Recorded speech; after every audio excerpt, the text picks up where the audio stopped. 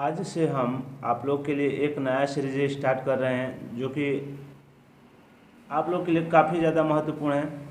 जो भी candidate JSSC CGL यानी झारखंड कंबाइंड ग्रेजुएट लेवल का फॉर्म भरे हैं उनके लिए यह वीडियो ज़्यादा महत्वपूर्ण होने वाला है और आगे आने वाले समय में वैसे ही इनको वीडियो प्राप्त होता रहेगा, क्योंकि आपका जो भी झारखंड का एग्ज़ाम होने वाला है आपका 40 नंबर का झारखंड स्पेशल से प्रश्न पूछे जाते हैं।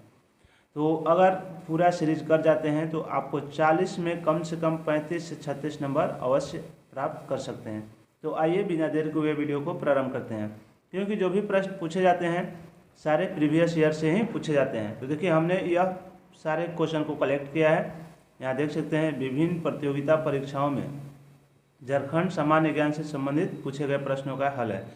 तो यह जो क्वेश्चन पूछा गया है आपका जो 7वां से 10 जो संयुक्त सिविल सेवा प्रारंभिक प्रतियोगिता परीक्षा जो 19/9/2021 को हुआ था, यह सारे प्रश्न वहीं के हैं।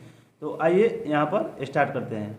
तो सबसे पहले अगर बात किया जाए कि भूमिज विद्रोह का नेता कौन था, तो सबसे बात आती है भूमिज विद्रोह का नेता कौन था। तो यह भूमिज विद्रोह का नेता जो थे गंगा नारायण थे।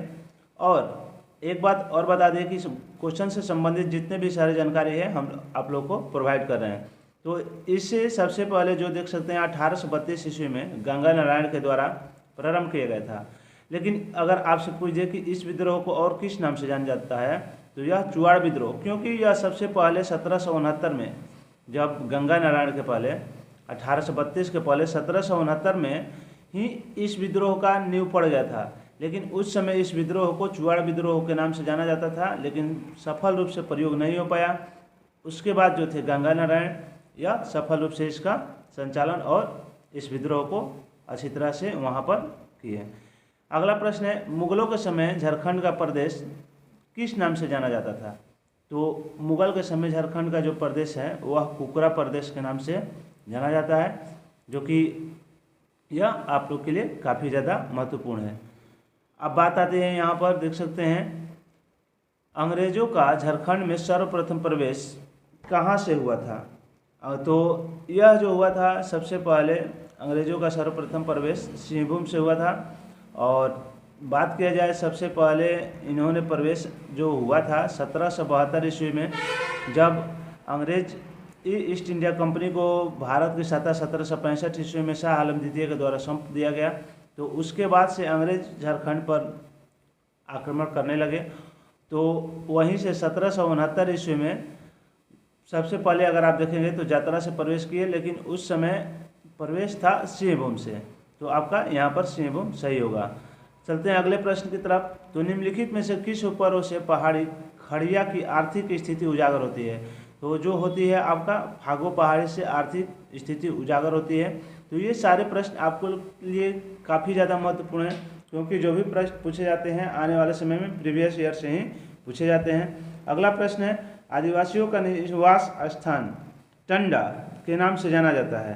तो आपका जो बिरहोर जनजाति है, आपसे पूछे बिरहोर क्या है, तो बिरहोर एक प्रकार की वहाँ की जनजाति है और इसके निवास स्थान को क्या कहा जाता है। आपसे वैसे भी प्रश्न पूछे जाते हैं कि बिरहोर आदिवासियों का निवास स्थान टंडा ऐसे पूछ दिया, और टंडा किस आदिवासी का निवास स्थान है, तो आप ध्यान रखेंगे हैं बिरहोर जनजाति का निवास स्थान को आपको टंडा कहा जाता है। अब यहाँ पर देखिए बात आती है आदिवासियों में विधवा पुनर्विवाह मयारी, यानी मयारी जो विधवा पुनर्विवाह किस जनजाति में होता है। तो यह जो होता है कोरवा जनजाति, आदिवासी एक जनजाति है कोरवा। इस आदिवासी विवाह को क्या कहा जाता है, मयारी कहा जाता है। चलते हैं अगला प्रश्न की तरफ।